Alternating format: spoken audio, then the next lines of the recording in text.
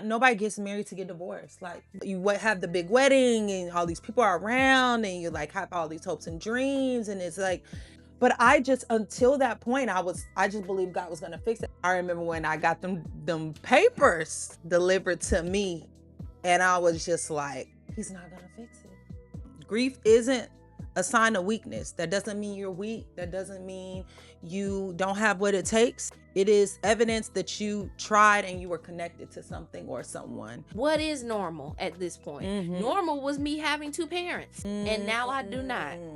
They may never be that person again. You really kind of sometimes become a shell of yourself and you just are going through the motions. It's like if I barely cry, how am I gonna be there when you cry? Like, I don't even barely cry. You know what I'm saying? Everybody has to learn how to support people through grief. If they got out of bed, wash their face and brush their teeth, that's a win. Good day. It was a good day.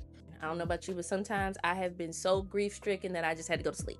And then like the best thing you can do as a friend is just acknowledge the loss. Let's not act like this didn't happen. That, kind of grief at a young age. I was relatively young. That showed me like, oh, you're gonna be going through some stuff in life. You know what I'm saying? Like that is gonna shake your world, potentially shake your faith. You're in such grief, you may not be that. And it's like, well, how does our relationship flow if you're not that person anymore? Even if you isolated yourself forever, you would still experience grief. Now y'all know anybody can call you a friend, but not everybody shows up. So if you're down with the fake connection, Friendship University is the place to be, to learn, to grow, to laugh and build your community. Don't wait another minute, we're about to start. Don't listen, cause we're coming from the heart. Grab a break, grab a pen, cause we're back again. With the laugh and the lesson, sit down cause class is in session. Hi, and welcome back to another episode of the Friendship University Podcast. You know, the number one podcast where we teach you how to get the friendships you truly want. I'm Kristen. And I'm Tara. And we are so happy to be back here for another week with you. Looking gorgeous as always. I mean, stunning. You know, giving it to him. Prince. I was about to do my Prince, but nah, I don't think that's Prince, like Prince. Oh, you said Prince, not Prince. Not Prince. Not Prince. Like not her that. boy. That's what I was not about that. to do. Not the artist formerly known as. I'm talking about that. The Prince. Top. Yes, that's really I do. spring very much. Yeah, we're getting into it. You all, the weather is getting a little warmer. Hopefully, you're thawed out and ready for spring. We have a great episode in store for you. So we're going to head over to Friendship Court and we'll see you in just a second.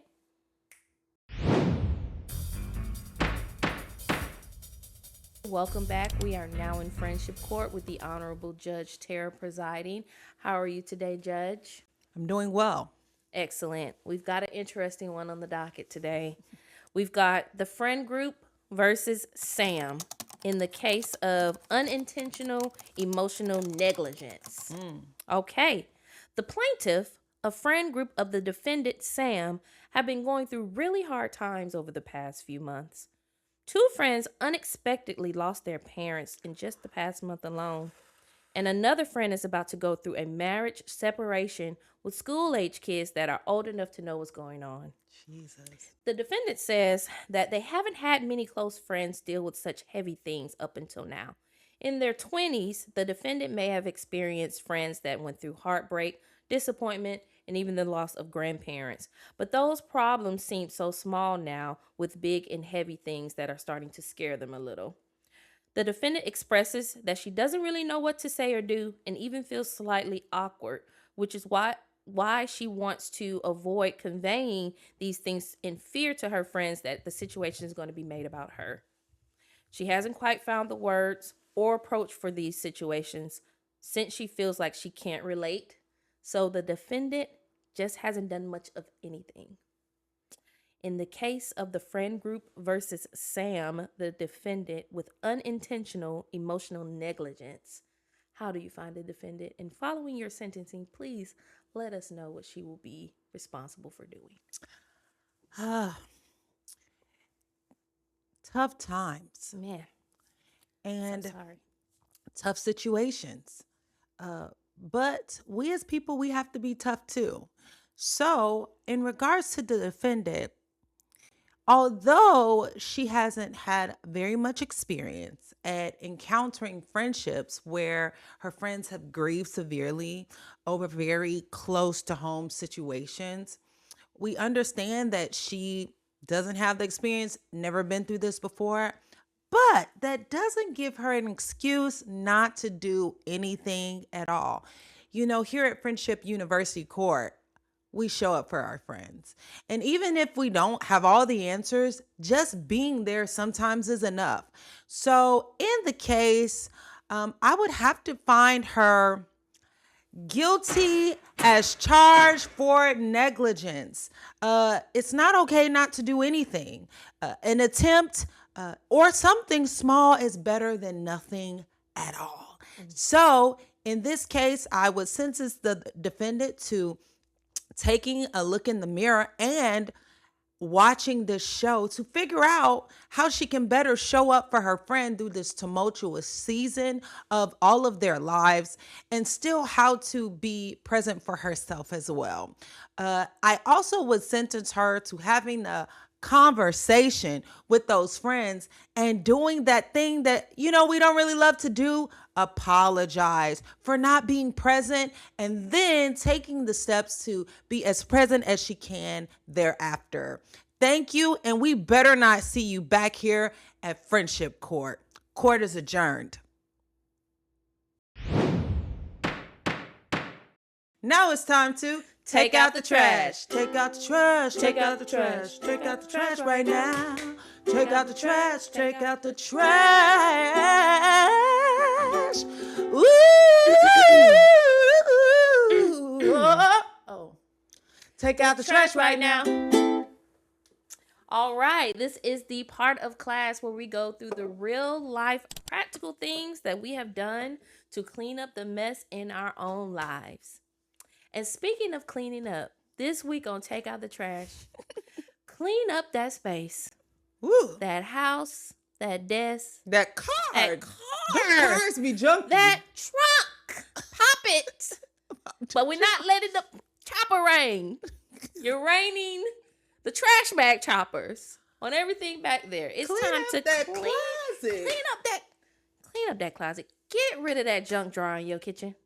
Oh, now you coming down somebody's street. Now I wanted to start small, but we went there. So we're here now. Spring cleaning. Spring cleaning. Clean up your space. Clean up what you messed up.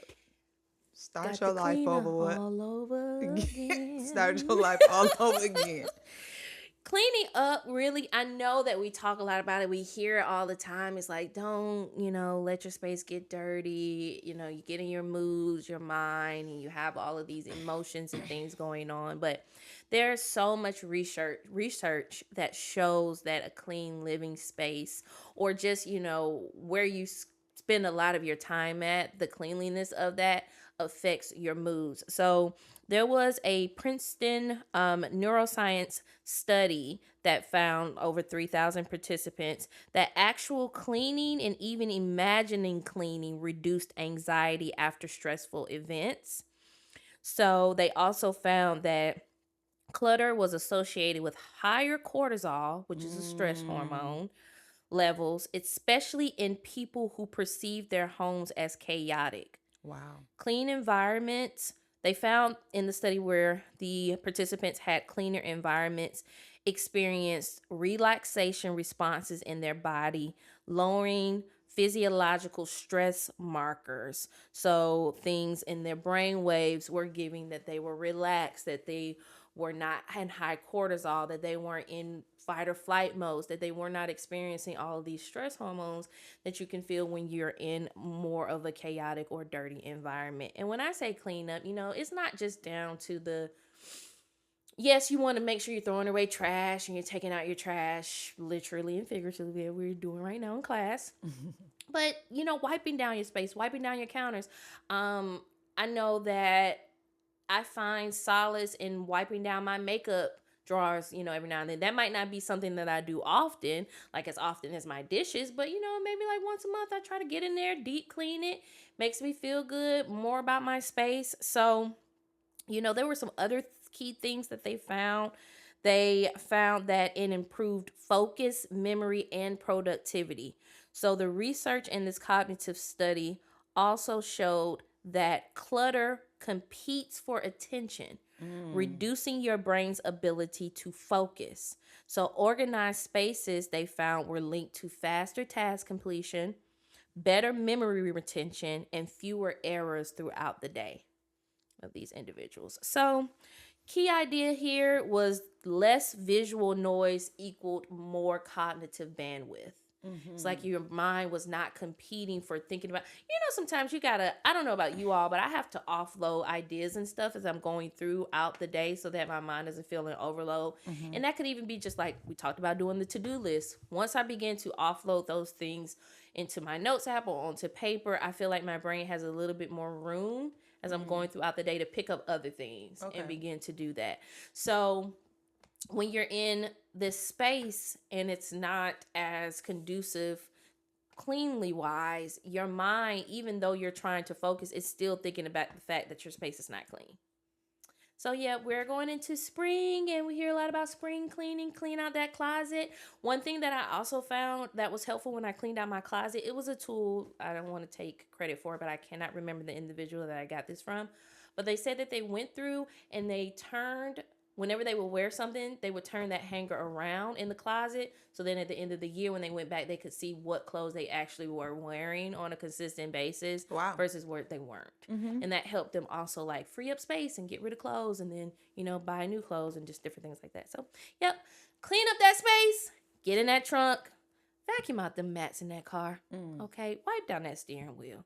It's Chick-fil-A sauce everywhere. Ew. Okay, just wipe it down, That's clean up, disgusting. clean up, clean up everywhere. That's this week's take out the trash. Okay. Classes in session. Tara, most of us want to show up for our friends, I think. Yeah, but when grief enters the room, we just don't know what to say. So we get quiet, we give space, and we just avoid it altogether. But grief doesn't need perfection. It needs presence. Today's topic, supporting your friends through grief. Well, let's start by talking about what grief is. We love a good definition around here. We like to break things down. Grief is the emotional response to loss. It can be a deep, painful, and physical response to things like death, loss of job, loss of relationships. But it's not just sadness. It can look like shock, anger, confusion, guilt, numbness. It can even look like exhaustion. I don't know about you, but sometimes I have been so grief stricken that I just had to go to sleep. So, grief shows up differently for everyone and it changes over time. um Grief is just unavoidable, right? Like if we are a living human being, you are going to grieve something, whether that's, friendship, relationship, all those different things that we can grieve, all the different losses that we encounter as human beings. It's just an unavoidable part of life. And if you love anybody or have, poured your heart into something or giving your all to something, you will grieve it at some point. Grief isn't a sign of weakness. That doesn't mean you're weak. That doesn't mean you don't have what it takes. It doesn't mean that at all. It is evidence that you tried and you were connected to something or someone. So that's not something we talk about enough, but it's something every single one of us will go Every through single at one. some point in our lives. The Bible says, it's a time, it's a season and a time for everything. It's a time to cry, it's a time to laugh. Rejoice. Those seasons are just unavoidable. Yeah, I love that you said it's something that we just go through, um, but it's not necessarily something we talk about because it's like, how is it that this thing is something that every single person in the world will experience at one point or another. There is just, like you said, no way around it. Even if you isolated yourself forever, you would still experience grief. So that's a part of why we're here, why this podcast is, so we can have these discussions on why it's important to show up for your friends and what that can look like for a lot of people, because it could be a little intimidating sometimes to try and show up for people. Not even a little bit. It's a lot of it it's intimidating. that's true. Depending on where you are with your own emotional journey, like how you deal with and handle your emotions, like how comfortable you are with expressing need or just talking about things where deep emotional baggage is present. Like that can be hard for a lot of people. It's like if I barely cry, how am I gonna be there when you cry? Like I don't even barely cry. You know what I'm saying? So it's like That's true. depending on how you handle your own emotions, how comfortable you are with your emotions is going to be kind of how you respond to other people's Exactly. emotions. Yeah. That's very true. And grief, there's grief beyond death. You can experience grief with a relationship, a divorce, a separation, a breakup, loss of friendship. Like you said, I remember the first like real friendship breakup I went through, and I was heartbroken. I was like, wow, friends can break your heart too. Like not just people that you're romantically involved with. Infertility, loss of pregnancy can be a big one. Losing your job or sense of ability to take care of yourself. Hello, been there, done that. Don't want to, no tickets back, no returns. 0 out of 10 would not recommend. Yeah, and I know the world has been going through a lot of job loss over these last like year and a half or so. So moving away from your home, you can experience grief when you go to college. And there were so many people who were homesick, as they said, when we were in college. That grief just stifled them. They couldn't adapt to the new situation. And even changes in health. You get older, you're like, my knee wasn't popping like that before when I went to go pick that piece of paper up off the floor. And now my body's changing. So it's not just going to show up in kind of those areas that first come up in your mind, which could be death. It could be a plethora of other ways that you will be showing up for your friends when they are going through grief in moments of their life. Yeah. What was your biggest, like, man, I've never had to grieve like this before? When my dad passed away. And it's interesting because at that time, because nobody in my life, as far as my friendships were concerned, had experienced the loss of a parent, they just did not know how to show up for me. Now, there were, I did have a friend who just sat, with me. We would sit on the phone. They would come over. We would just sit. Because I didn't even know what to say. It was like, what am I supposed to do with this? So that, kind of grief at a young age, I was relatively young, right around college age. So that showed me like, oh, you're going to be going through some stuff in life. You know what I'm saying? Like that is going to shake your world, potentially shake your faith. There was a walk that I had to go through with God on the anger and the betrayal that I felt, playing the blame game. But when the Bible says you can cast your cares upon him for he cares for you, that is very true. Like when I went in honesty of like my anger and everything that I was dealing with the grieving, the loss of my parent, he really did comfort me in it through his word, through his presence, even giving me insight and trusting me with wisdom to understand what I needed to understand to get through it. So, yeah. And I remember listening to a celebrity, they were talking about a grief that they had lost a sibling. And they were like in their almost 40s at this point. That was like the most major loss they had experienced. Like up until that point, there weren't a lot of deaths in their family. They say maybe they lost like an aunt or something. So even, what I'm saying, going almost 40, and your first major loss is your sibling. Oof. And it's like they were married, and because their partner had never experienced that and then never seen them go through it, they had to learn how to show up for them and be there for them and support them through that. So we're not just talking about it in a sense of like everybody has to learn how to support people through grief. I don't want to say that it doesn't come naturally. Like, you do have some people who just have a natural inclination to want to be there, but like you said, for a lot of us, it can be intimidating. You could be like, I don't want to say the wrong thing. I don't want to make them anxious. I don't want to make a joke. So it's easier to just stay away, but that's not what you want to do. Thank you for sharing that. That's like hard. Like, I can't imagine like into your like adulthood, like barely, and then all of a sudden, like suddenly your parent is not. And it was very sudden. My So God. nothing that we saw coming, unfortunately. But I believe that he is at the right hand of the Father. Oh, Dad. So, and I have an earthly father who is looking out for me currently. Yeah. Yeah, I mean, like, and grief doesn't just affect you, like, it affects everything. Yeah. You know what I'm saying? Like, loss of energy. I mean, research shows it lowers your energy, your motivation, like your ability to concentrate. Like, you might be extremely emotionally sensitive. Like, anything can trigger you, like a memory or anything, or you just numb. You're just walking through life numb. Everybody's different, so everybody kind of handles things differently. A lot of people pull back socially. Changes in sleep or appetite.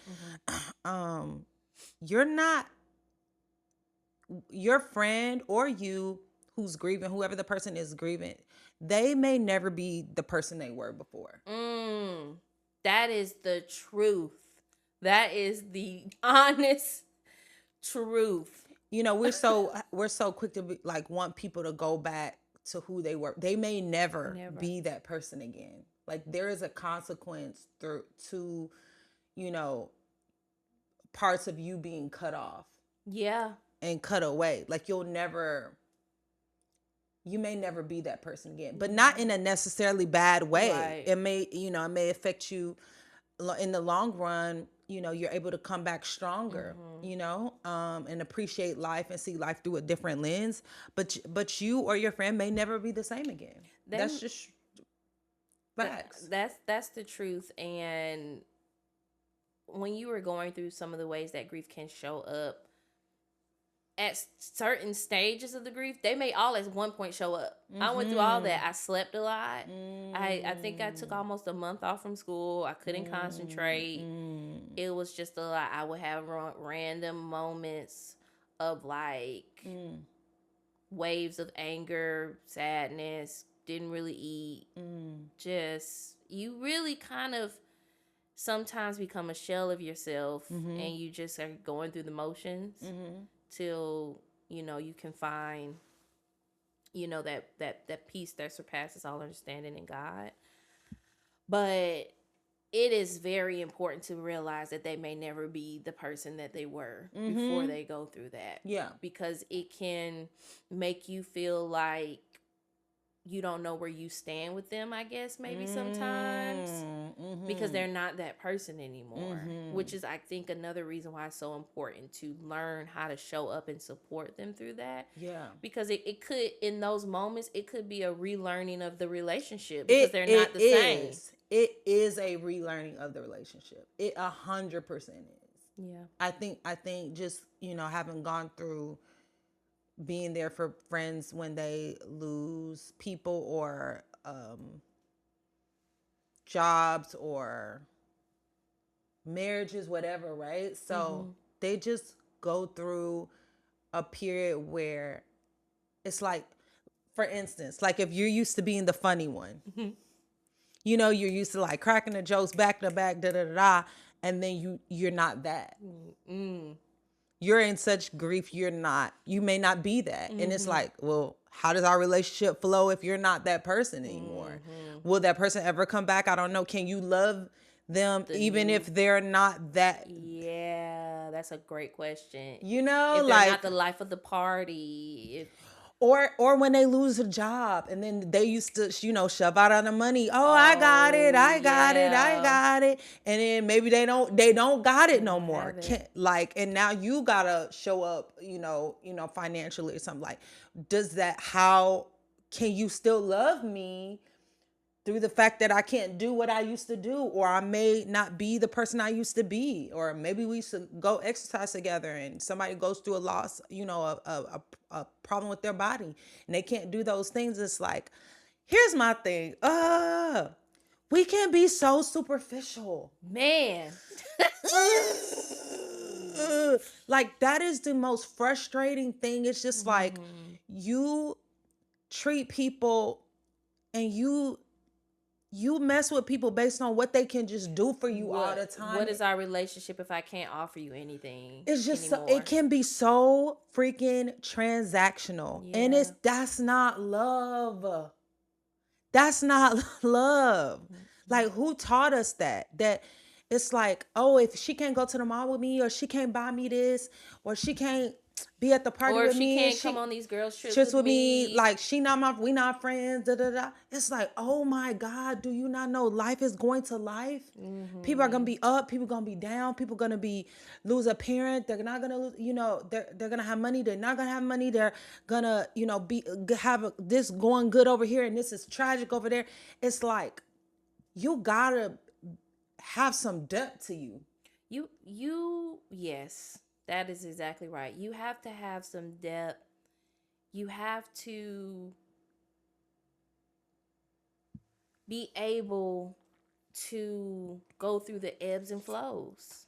It's just Ebbs and flow. If you feel like everything has to stay constant and there can be no changes, you're not gonna make it far with walking with people. Bruh, if every thing gotta be perfect for you to be in my life, you might as well skedaddle. Cause Get out of here. Get out of here. Like, you might as well go, because that's not real life. If you can't handle, like, okay, My bad. what's happening? I was about to say go. Get out of here. Get out of here. If you can't handle things going, even the world, the world is going crazy. Gas is high, gas is low. Like, listen, wars, countries, the politics, and you are just completely consumed with what happens, and it determines whether you can be there for your friends or not. It's just like, you won't have good relationships.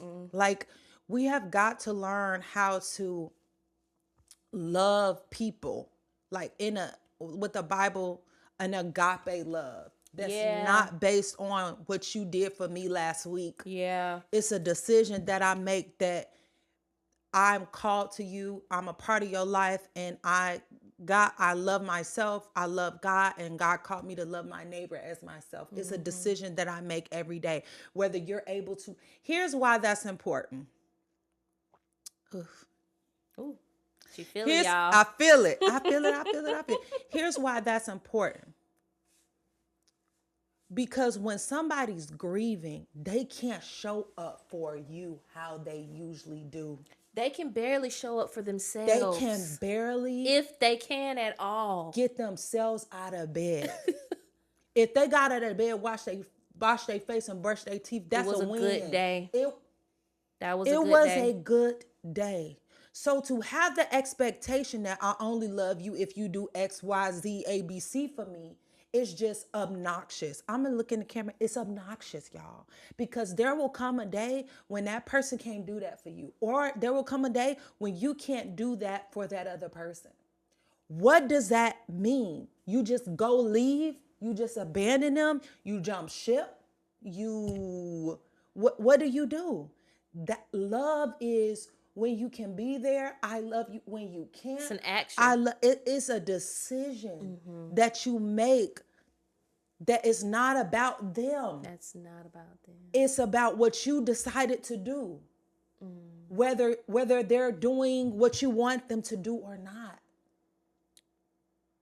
It's funny because I was reading about this, and then we recently just heard a message talking about even Jesus needed his inner circle. Yeah. Asked him, "Can you just give me an hour? Pray with me. Just pray with me 1 hour." All I Christ need. the Lord said, I need an hour That's because all I need. I'm on earth in a human body right now, having a very human experience. I'm struggling. And I need support. I need support. It's like it's unavoidable. So here some ways that when we were thinking about this support showing up, what it could look like for a grieving friend is one, showing up without trying to fix it. Ooh. Because hello somebody, is this a safe space? I'm a fixer. I like to fix. I like to have the right words to say. Okay, I want you to be happy. I don't want you to, you know what I'm saying? And walking this life with friends, you know what I'm saying, who have had to go through grief teaches you that sometimes you aren't going to be able to crack the joke and get them to smile. It's not going to work. The tricks in the tool bag that you were able to and actually it's annoying. It could be annoying. So like even when I was going through my divorce, it's just like it's nothing you can say to make this be better right now. Yeah, was that kind of probably the most grief-stricken thing you feel like you've gone that through? was the most. Yeah. It was. Because it's not, nobody gets married to get divorced. Like, yeah, nobody goes into it. I mean, maybe some people do, but I didn't go into it thinking, you spend your whole life waiting to be married. So, you might have waited to do certain things until you're married and you're like excited, to be with your spouse and only for it to all fall apart. You have the big wedding and all these people are around and you like have all these hopes and dreams, and it's like my mom said, it's not just you grieve the person, you grieve the dream. You grieve the life you thought you were gonna have. Yes, the life you thought you were gonna have. Yeah, and you're like, okay, I finally did it. Like, oh, I'm gonna get to have a child one day, like I'm gonna get to, buy a home with my person, blah, blah, blah.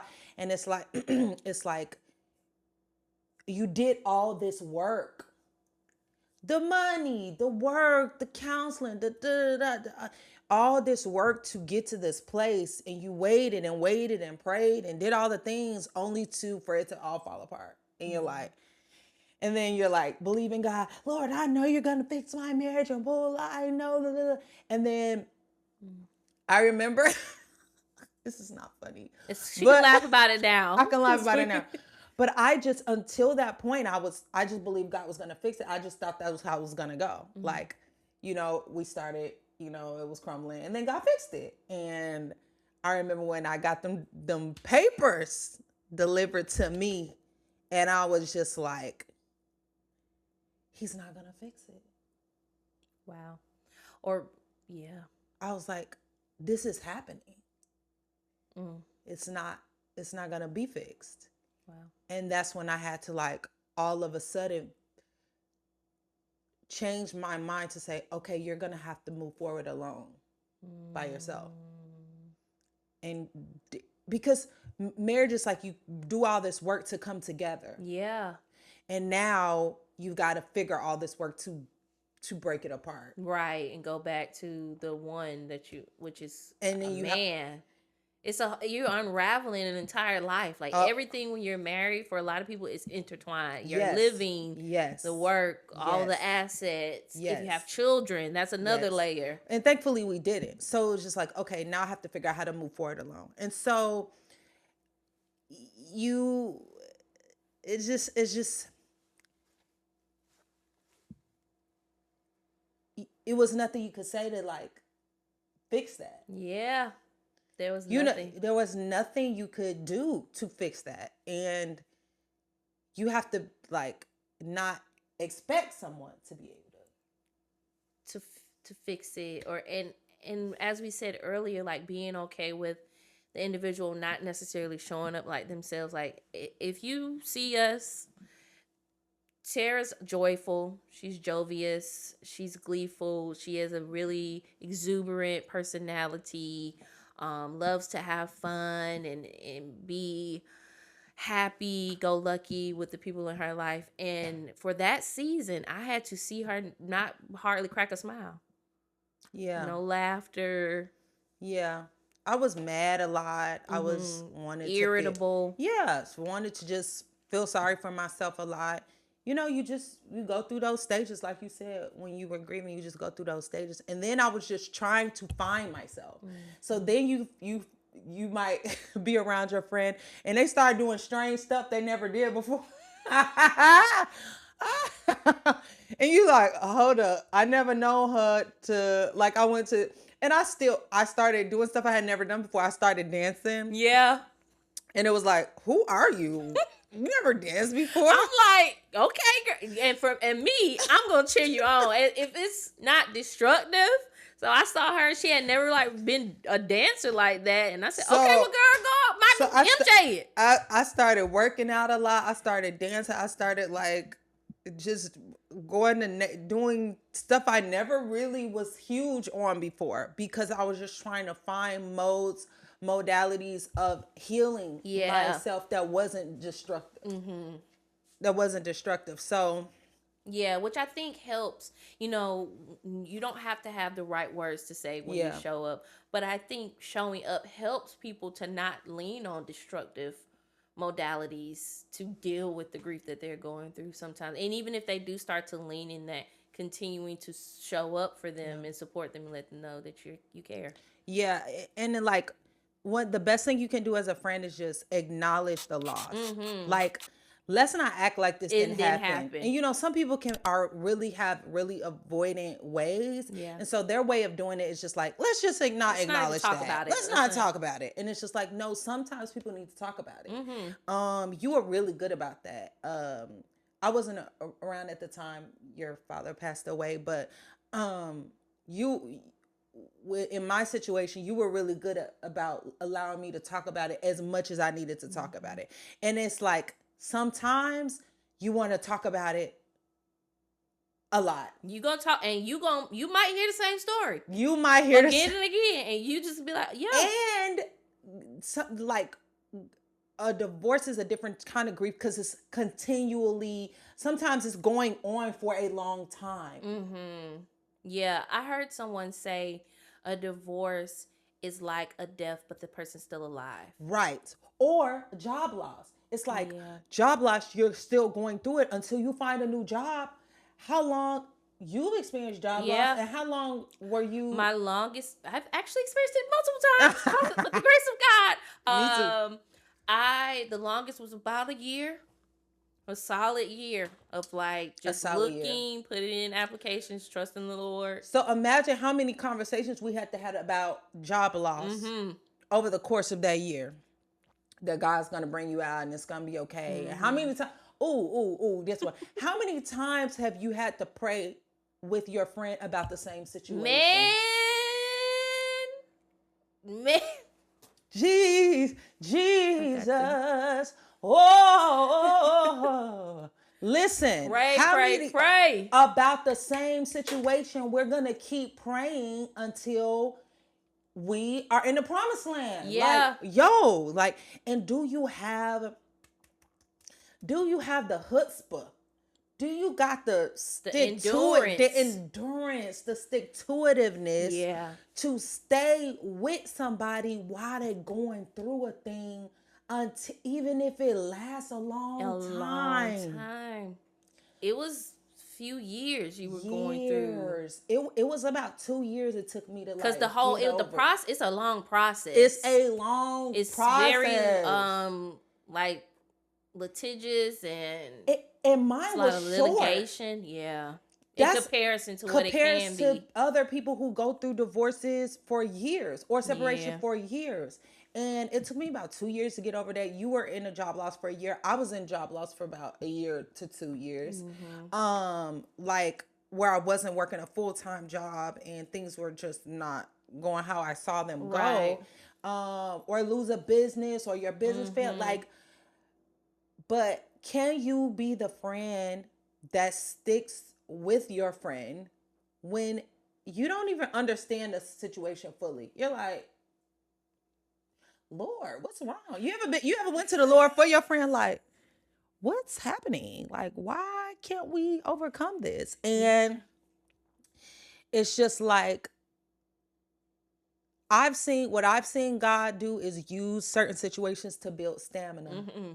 Yeah. to build stamina in a person and to mature them. Yeah. It was for your betterment. That trial, that difficult period molded you and made you tougher. But can I say this? Ooh, y'all, let me tell y'all something.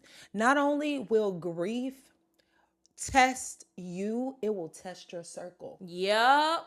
Talk about it. It's gonna show you who has that endurance, who's willing to show up when you're not yourself, when you can't be yourself, when you never go fully back to that version you were before everything happened. When you low, on the low, when you down, you in your down season, you in your Would they say grieving I'm down season, bad? down bad. I'm not down bad, Lord, But but when when you you down down bad, bad, cause you're not always gonna be up. no. You know, when you in your you in the pit, like Joseph was in the pit, or you're in the prison, The like Joseph prison. was in the prison. Like, will you still be like, man, Joseph, my God, when you can't name drop him. Mm. Mm. Mm, mm, Mm. mm. Maybe if you mention his name now, you might get looked at sideways, but used to be able to name drop. Ooh. So here's what I'm Yikes. saying. I'm saying grief and going through those seasons of brokenness is not only a test for the person, it's a test for the friends of that person, because Yeah. you not being able to show up as the happy, fun, positive, the one with the money, the one uh I think there's a verse in the Bible that says a rich man has many friends. As mm-hmm. Or it's easy to be the It's rich one easy. friend. When we up, It's like everybody, mm-hmm. on me. It's on me. Yeah, that's easy. But what about when that person can't perform? They have nothing to offer They have you. nothing to give you. And if your friendship is transactional, based on, oh, you gave me this, I give you this, you give me this, that's over with. And it may not even be material transactions, that it could be, oh, I can always count on this person to make me laugh or Yeah. make me feel better, or, And they don't have it. and they don't have it. What do we do then? I remember I was friends with this girl, and at the she was older than me and was a little bit more established in her career. I was like coming probably just out of college or somewhere around there, so I was like getting started and on my way. And we would go out, get coffee and just all these kind of stuff, and we would go out to dinner, and she would often pay because she was really well off. She was doing well. Her and, at the time, boyfriend, now husband, were just really, really well off. And I guess she felt sick because I was younger. She could pay.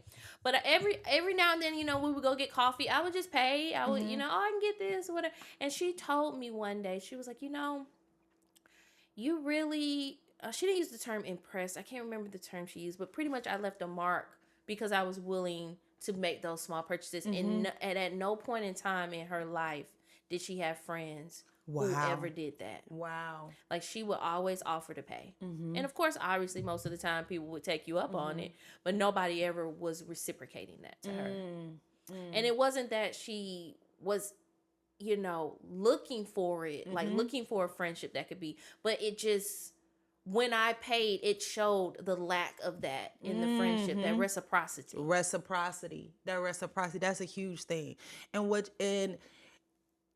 when people are in that season of grieving, they might not be able to do what they once could, and they might not be able to give the way they want to give. Yeah. And so you have to be able to show up in a way that's meaningful to them. Yeah. So, like, some ways we can acknowledge losses, say, acknowledge what happened, avoid minimizing phrases. And I was bad at this because just as a young person, I just always felt like I had to have something, the right thing to say. Yeah, and you And just it's think just that when like, you're young, it's just like you're not thinking about it a lot of times. you're just like trying to say something to fill the silence. Some of us are just uncomfortable with silence, but as you get older, you understand it's okay. Yeah. You don't have to have the right thing to say. Like phrases like, man, everything happens for a reason. Mm-hmm. The Lord, they in a better place, da da da da. All those types of things. You don't want to hear that. You don't want to hear that. I'm be You don't real. wanna hear that. You know, I want to hear that. I Man, don't wanna just hear- shut up. And they might not say that, but they just Right. might not answer the next time you call them because they just don't want to hear that. To them, that's like being insensitive, And then, or you just avoid being there because you don't have the emotional capacity. I've been guilty of that. I didn't know how to be there for someone, so I just would show up a little bit, but not to my full capacity. And they had to call me out on it. And I was like, you're right. I'm so sorry. Like, I allowed my own stuff to get in the way. You know what I'm saying? And then my own triggers, like, have you ever been triggered by your friend's grief? Yeah. You be like, ooh, This is uncomfortable. I'll just I avoid already this. went through this and I don't want to feel that pain again. I don't even Yeah. want to talk about it. Or just their negative emotions are uncomfortable for you. I will say this. I remember being in therapy and I was crying and and I'm in the therapist and I'm like crying and I was like, I'm so sorry. I was apologizing for crying. Why? And I think the therapist was like, why are you sorry for crying? Crying is a normal emotional. It is how we, it is healthy It's healthy. to cry. But I grew up in a Black household. And, in some households, it's like, Don't cry. I'm going to give you something to cry about. yes, go to your room, get yourself together. And when you done, you come back. And so I felt like crying was letting myself and those around me down because it was kind of categorized in a negative way. Like you felt like you would become a disappointment by crying. Right. Like, because I wasn't able to keep it together. Wow. Right. So, if I feel that about myself, how am I going to feel about when my friend cries? I'm going to be like, okay. You got to pull out the finger. Okay, I'm going to girl. go. I'm going to go give you some time to yourself, when they really actually need a shoulder. And let me just pause right there for the crying because there are levels to crying. And if you have ever been around someone with a deep wail, Ooh, it's very triggering. it can be triggering. It's intense. Yeah. You got to be like, okay, yeah, I'm here for you because they need to get it out and you want them to feel safe. It is so crazy though, because God is so amazing. I remember so many times, we were in church together as young people and it was a little bitty church, but what I loved about that church is they let you get it out. Man, I know for a Shout fact out my to Spirit and tears Truth. is Still staying on that carpet. staying in that carpet. I used to be in that corner. tearing that rug up. Listen, they let you get it out. They let you holler. They let you wail. They let you lay on the floor as long as it took you to lay on the floor. And it was healing. And in with God, he knows that you need that. Mm-hmm. You have to process that. Mm-hmm. But it's like in regular everyday life, we don't think we need that. Mm. And it's like, but it's not until you get in God's world that he'll show you, no, that's a part of my healing process. Mm-hmm. And so like being able to have the time and not be rushed. Yeah. You really gotta follow Grief, their lead really. grief wants to be seen, not rushed. Like when you Mm-hmm. with your friend, it's like when people just let you fall apart. Yeah.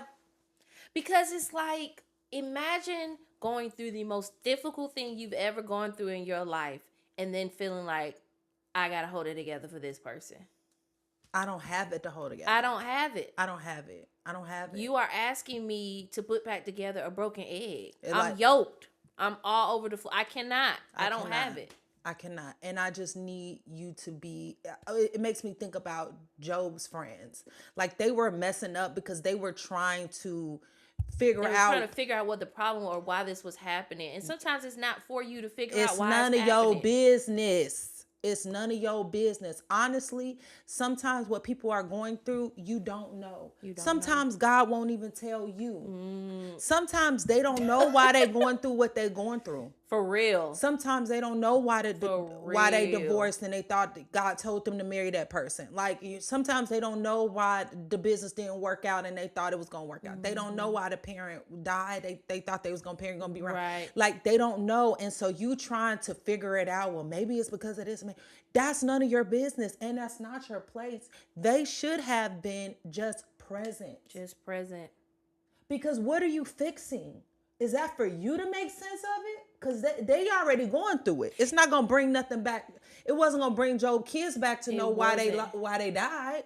It wasn't. And that's, I'm so glad you brought up the story of Job, because in them trying to figure out why, it was almost as if they were blaming Job. Yes. It was like, what did you do? What did you do? How have you offended God? Because why is he punishing you like this? And then it's like, I just lost my kids, yo. Kids. Why are you blaming me? Yes, yes. And Job's trying to instead of him having a safe place to grieve, now he's having to defend himself. You're not safe anymore. Like, and sometimes people will go to that mode when you're taking too long to pick yourself back up. When they feel like, yeah, okay, enough is enough. Let's get over this, blah, blah, blah. That ain't for you to say. it's no. And you really have to be sensitive to God as a friend. Like when you're there for your friends, because sometimes they do need a little kick in the butt. Sometimes they do. But only God knows where they're at. And you have to trust that kick in the butt can't be for selfish reasons, because you want them to get over it. It has to be a situation like for like, you remember that movie we watched about the chef? I remember that. Mm-hmm. And it was this scene where the sister, the woman lost her husband, but they had a daughter, and the sister was letting her stay at the house and grieve. And then probably like 2 weeks into it, she was like, you got a kid, you got to get up and put yourself back together For your kid. for your child. Now, I know what you're going through is tough, and I am sorry, but I cannot allow you to keep going too deep into your depression that you forget about the person who is relying on you still, which is your child.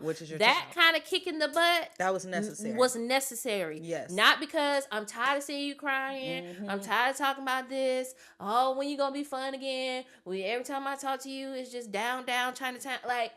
No, let them go through it. Follow their lead. Let them guide you on when they're starting to come out of it and when the situation is starting to lighten. And there is a time, like the Bible says, Ecclesiastes 3 says, there is a time for mourning and a time for weeping. Yep. There's a time to be born. There's a time to die. There's a time to plant. There's a time to uproot. It even goes down. You go down, it says a time to weep and a time to laugh. Like, you have to give people time to weep, to mourn, to grieve the what they have gone through. And you don't get to, as their friend, You don't get to determine that. You don't get to say how long that is. You don't have to, like, even when people have a baby and they're happy, but they're going through postpartum, like, no, they That's a can't good one. Yep, perform like they, because like you want them to.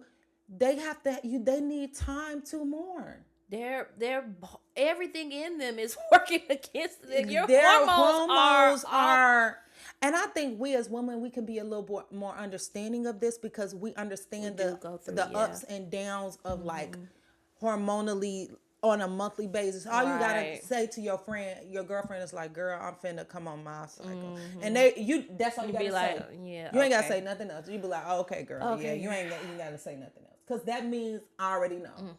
So it's just like you have that time and that patience. Here's why that's important. And here's why it takes real godly love to do that, because it's not about you. Yeah. And we are so used to everything being about us, On our time on frame, our on our time, and schedule. about us and what you can do for me, what Janet Jackson, what have you done for me lately? Like, ooh, yeah, everything ain't about you. And that's what real love is, when you can put and let go of your own, I need this and I want that, for the sake of another. Yeah. And it's a Bible verse that says, no greater love than this, than a man And lay down his life for for his friends. Lay down your own stuff for your friend. Yeah. That's, man, that is very true. You know, when you are letting them go through their grief and their, however they're getting it out, they're going to be days that they want to talk. Like we said, you may hear the same story. You know what I'm saying? And that just is what it is. It makes them feel better to talk it through and go through it than be that lending ear. If they're looking for a distraction, if they want to just, man, I really just want to go for a walk. It really helps me to just get out. Be there, be available if you can. Let them decide what support looks like for them, as long as it's not destructive. Like as long as they're not wanting to go out and, you know what I'm saying, get under one man, get over the next. Like, no, we can be a little bit more productive in trying to get through this, but let them tell you what it's going to look like. If they need that sounding board, if they need that ear, if they want advice, offer it, but don't try to fix it. Just don't. The best thing that you can do, and I love my Black people especially, but I love my Christians, because y'all love to say, I'm gonna pray for you, and that's the prayer. No, actually pray for them. Okay, actually go before the Lord, lay aside your needs for the first. Give them 5 minutes of your prayer, baby. If the Lord wasn't on your heart to go longer, and pray for them. Lift them up. Lift them up until the Lord. Stand in the gap. Here's why this is important. Because they are wounded. Yes. Grief is like your spiritual immune system is down. Right? You don't really have the same. It leaves you susceptible. You're vulnerable. You're very vulnerable. And so because you are vulnerable, you need somebody else to stand guard for you. Because you're not able to, you're too weak. You have to nurse your own needs. So you're not able to also be security. So you need other people to really lift you up and really secure you spiritually. Yeah. To come around you and spiritually intercede for you, because you're not able to do that for yourself at the same level because you are wounded. Exactly. And so that's why you need to pray for your friends, like, who are really grieving and really going through for real, because they are vulnerable. And they need that. They need that person standing in the gap for them, guarding, standing Mm-hmm. on guard for them. Mm-hmm. The Bible talks about you as your prayer, you're a watchman on the watchtower. You Mm-hmm. should be standing guard for your friends, especially at their weaker moments. Yes. This is not saying you should be praying for them all the time, but when they are weak and wounded, is a very important time for you to set aside, what you be going to God for, and pray for them. Give them some time, lift them up. And if they ask you to pray with them, pray with them. But yeah, don't be like, I'm gonna pray for you, dog, And don't pray. and don't pray. Just don't say nothing at all, because I may not be able to pray for myself, I may not. and you don't know that. I, some of us may be the prayer warrior in our friend group, and then we go through grief, and it's like, oh well, they pray all the time. I know they got it. They probably don't. They probably don't. They probably don't. So it's really important for you to step in at that moment and carry them through in prayer. I love this. Like, we be consistent, not necessarily. The focus is to show up consistently and just to be present and not like to bombard them. Oh yeah. Because sometimes that is overwhelming. Like, I don't know how I feel. I don't want you. Like, some people deal with things differently. I don't like, personally, don't overwhelm me. Yeah. You know what I'm saying? Sometimes I might need a step back. Sometimes I might need a step forward. But what is nice is when you have someone that's just present. That's very true. It makes me think about when you are going through like the death and burial process during those first couple of weeks. There's so many people around. They come into the house. It's like a lot is going on, but then the quietness and the settles in. And now, as your friend, if I'm a part of your friend group, it's my job to now consistently continue to be around for you, because the busyness of it when you're planning, if you've ever had to go through planning a funeral or anything like that, it can be a lot.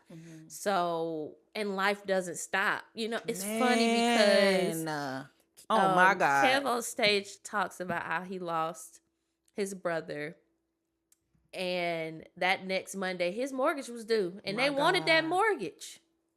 They wanted that money. They so sorry for your loss. When can we expect the check in the mail? Oh my God. Life is still gonna go forward. And so in those moments where they're still having to go through everything happening, it's important for you to consistently show up. Yeah. And like, which brings me to this like checking beyond the first couple weeks. Like, it's easy. Everybody's checking in the first couple of weeks when something happens or when the news breaks. But like you said, after that silence, and then those people are gone, who's still there for you? Right. And I love this scripture in the Bible. It says, Proverbs 17:17, it says, a friend loveth at all times, but a brother is born for adversity. It's like there's a level of closeness and impact that relationship is fortified through that adverse process. It really doesn't happen unless there is adversity. Like the Bible says, it has to happen that way. And it's so funny because so many people want to avoid that. It's like, we gonna party together, but sometimes you're gonna have to cry together. Sometimes you're gonna have to. You're gonna be. I know they said the party never ends. It does. It does. It's easy to party with somebody. Man, I'm preaching. Better than y'all saying amen. It's easy. It's easy to party. It don't take nothing to party with somebody. Did he love the party? I'm just joking. And who went to visit him at the courthouse? Now, that's the word. They love to party with him, but who was on them yachts and that white? And now all of a sudden, I never knew you. Actually, I left early. So it's easy to party with people. That's the easiest thing in the world to do. It's easy to be around happy people. It's easy for me to be around you if you're fun and happy and everything is going great and and you buying bottles and you doing this and you doing that. That's easy. That's not real. That's not a brother though. Someone like that's really about you. They're gonna be there when the adversity comes. Yeah, that's what it's about. And so when you just show up, and I remember learning this, like, sometimes you're not at a place where you can show up the way you want to, right? Maybe financially you don't have it, but your friend is going through something. You wish you could give, you could drop all this money or do all this or fly out and meet them. But what can you do? Oh, I can send you some lunch money. I was just thinking Yeah. about you. Oh, I can, send you a card. Oh, I can, do something that I know would speak to your heart, things that are matter to you. Oh, I know you like doves, and I shoot you the picture of this dove with this encouraging word. I don't know, Yeah. but it doesn't have to be like this perfect scenario. It's just something effort. I thought of you. I thought of you. I'm thinking of I'm you. thinking of you. In a small gesture to say I'm thinking of you. So grief often lasts longer than people expect. Man, and some grief can return for periods of time In waves. in waves. In waves. In waves. In waves. You might just wake up one day with a memory and was like, man, this is a tough day. And in times where you don't want it to show up. Like in the middle of like a joyful occasion, and you're like, dang, what you think about? Oh, nothing. They don't know you're thinking about the loss that you just, you experienced last year. And it'll show up in a time when you should be happy. Yeah, Because you want them to be there, but they're not. but they're not. And I remember being on vacation, and it was just for my family, it was just a great time. It was just like, oh my God, it's great. But for me, it was a good time. But I also had to experience that the last time I was on vacation, I was married. And so for them, they're Wow. just like, oh yeah, yeah, yeah. But I'm like, man, the last time I was on vacation with y'all, I was married, and now I'm here alone. Wow. And y'all all have y'all partners, and I don't. So it's just like, just be sensitive to because it's over for you and you're not thinking about it anymore because it didn't happen to you, doesn't mean it's over for them. And just because you start to see moments of light does Yeah. not mean that they're fully out of the tunnel yet. Yeah, that's so So good. they can, maybe they have a good day and you talk and it feels normal. They're joking and they're laughing. And then maybe the next week it's back to, you got to let that go in waves because it does last longer more times than we think it doesn't not. Yeah, for sure. In that, you have to allow them to be changed. I know we talked about, there's possibility that this person won't be the same person that they were. And if they're walking with God and they're allowing the healing process to take place through that intimacy with him and in their time in prayer and study, it more so often will change them for the better. For the better. Yeah.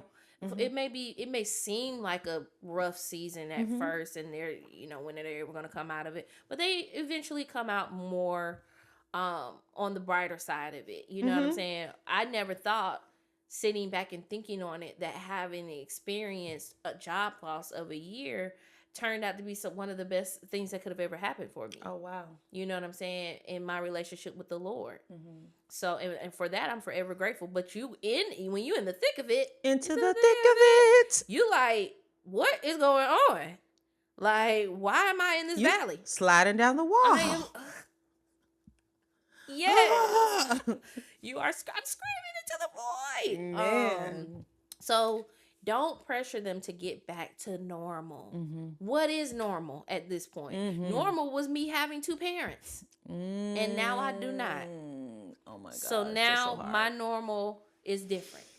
So honor who they are becoming and understand that growth and grief can happen simultaneously. They can happen together. And you don't often see the product of the growth as they're being fertilized in the moments of the grief, but eventually you will start to see the fruit of that come to fruition. So just be mindful to not try to push them into whatever capacity is comfortable for you. That can I say this and y'all not judge me, okay? It's not about you. It's not about you. It's not about you. This not about you. Period. And maybe the lesson in this for you is everything not about you. And maybe you need to learn that. And maybe you need to learn that. Because some of us, we have a problem when it's not about us. And that's something to examine. If showing up for your friend in a way that involves you completely stripping yourself of any comfort to you and just being there for them, and you can't do that because of that, it's time to have a little examination, Self-evaluation. As the Honorable Judge Tara in our friendship court likes to say, it's time to take a look in the mirror and have a conversation with the person that you see. Okay, have a conversation. Because you need to understand, why is this so hard for me to not be making this about me? Oh my God. Why is it so hard for it to not make this about me? Maybe that's a question you need to ask. Mm-hmm. And maybe this is going to teach you it's not about you. Yeah, because I can't. Prayer and encouragement is all about the other person. It's me lifting you up. If I am showing up for you in your grief and praying and encouraging you, I'm not thinking about myself. I'm thinking about how can I push forward with you on this bus of grief as we're going down the street. Like, how do I do that? So, yeah, just pray, encourage them, show up on a consistent basis, and be there. Just be there for them. If at nothing else you have to give, maybe you don't got it monetarily. Mm-hmm. Maybe you don't live in the same state. Maybe it's a lot of factors. I can FaceTime you. Yeah. And we can sit here. Yeah. And I can be there for you that way. That's what I have to offer now. But it's not, I'm not going to say it's 100% of the time. But you don't find a lot of situations where there's absolutely nothing you can do. Ooh, that's so good. That's so good. Something. There's more than likely something you can do. You can do something. Mm-hmm. That's so good. And it's just serving humility. That is, in God's kingdom, that's the greatest thing you can do. Yeah. Like you being a servant, you know, and you, it's not about you in that moment. Right. It's about you serving. And so washing someone else's feet. Which, woo, Jesus showed us, like, the greatest of you are those that can do that. You know what I'm saying? Like, so you don't have to understand grief. Maybe you've never been through it yourself, but you don't have to necessarily understand exactly what that person is going through to be supportive. Exactly. Yeah. And you don't have to understand it. You just have to be willing to stay with them through it. So, you know. And real friendship isn't about having the perfect response. It's about choosing presence when things are uncomfortable, because they are going to be uncomfortable. We really hope that you... Are they going to have homework? Yes! Y'all almost... You know, this is why you have to have your co-host to remind you. We have some homework. Yes, you do have homework. You almost got out of it. Yes. So this week's homework assignment, you're going to make a safe support list. This is going to be a list of people you feel like if in any given moment where you experience tremendous loss, you can reach out to them. This could be, you know, friends, ideally, family members. Include how you feel like each person helps you. Do they listen? Do they give good advice? Do they offer healthy distraction? And if you cannot seem to come up with anyone in your friend group, then I need you to evaluate why that is. If you have right now, you can list off 5 friends and you can't put one of them into your support list, it's time to figure out why. On the reverse side of that, I want you to also be thinking about whose list you would show up on and how. if today, God forbid, something tragic happened to one of your closest friends, how am I going to show up? You know, maybe I never dealt with it, but am I going to listen? Same thing. Am I going to be able to offer distractions, be able to show up physically? Maybe we live in the same state, all those things.